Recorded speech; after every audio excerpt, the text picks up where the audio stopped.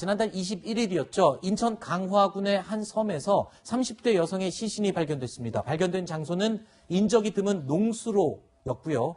몸에는 흉기에 찔린 흔적들이 남아 있었는데요. 시신 발견 약 일주일 뒤에 이 사건의 진실이 드러났습니다. 이 여성을 살해한 사람이 바로 친남동생이었던 거죠.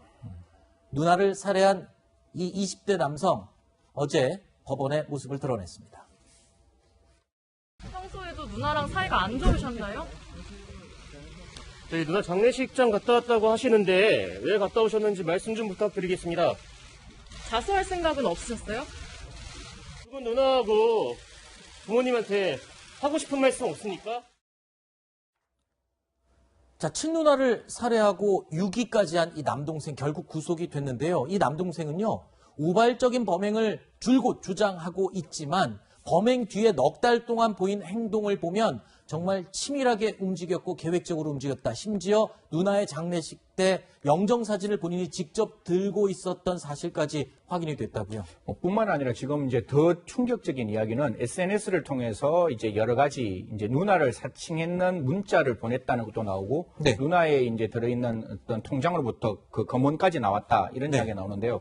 SNS에 대해서만 좀 말씀드리면 SNS에 대해서 이제 유심칩을 뽑아서 이제 네. 누나를 사칭을 하는데 누나에게 어디냐, 그 다음에 지금 무엇을 하고 있느냐 이렇게 물으니까 누나가 하는 말이 남자친구가 잘 있다. 찾으면 아예 집에 안 들어갈 거다라고 해서 살아있는 모습을 이제 부모님께 보여주는 거예요. 누나인 척하면서. 예, 누나인 척하면서 누나가 이렇게 있으니까 엄마 걱정하지 마세요, 아버지 걱정하지 마세요 이렇게 이야기하고 보통 실종 신고를 하면 당사자에게 문자가 갑니다. 네. 비아에 대한 실종 신고가 접수되어 위치를 조회하였습니다라는 문구가 오는데 거기에 대해서 이런 이야기를 해요. 저는 계속 부모님과 연락하고 있는데요. 네. 부모님이 오해를 하신 것 같습니다라는 이야기를 하면서 살아있다 이런 어떤 이야기를 나와서 부모님도 아마 1일날 결국 지난달 1일날 이러한 실종 신고를 취소했다 이렇게 밝혀졌습니다. 그렇군요. 굉장히 치밀하게 계획된 행동들을 했던 것으로 드러나고 있는데 이 20대 남동생은요. 누나의 장례식에도 참석을 했었고요. 아까 말씀드린 것처럼 영정사진을 들고 운구 행렬의 앞에 서기도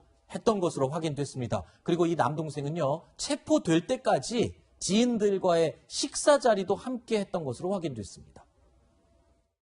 내 앞에서 먹는데 밥을 안 먹더라고. 말도 안 하고 지 엄마가 계속 고기를 밥에다 올려주는데 말도 안 하고 지 엄마가 고기를 버리고 제가 곱게 굳게요. 욕을 내가서 한번 봤는데 참 말르더라고. 내년에 자꾸 일내나 그냥 어딘가 모르게 어둡고.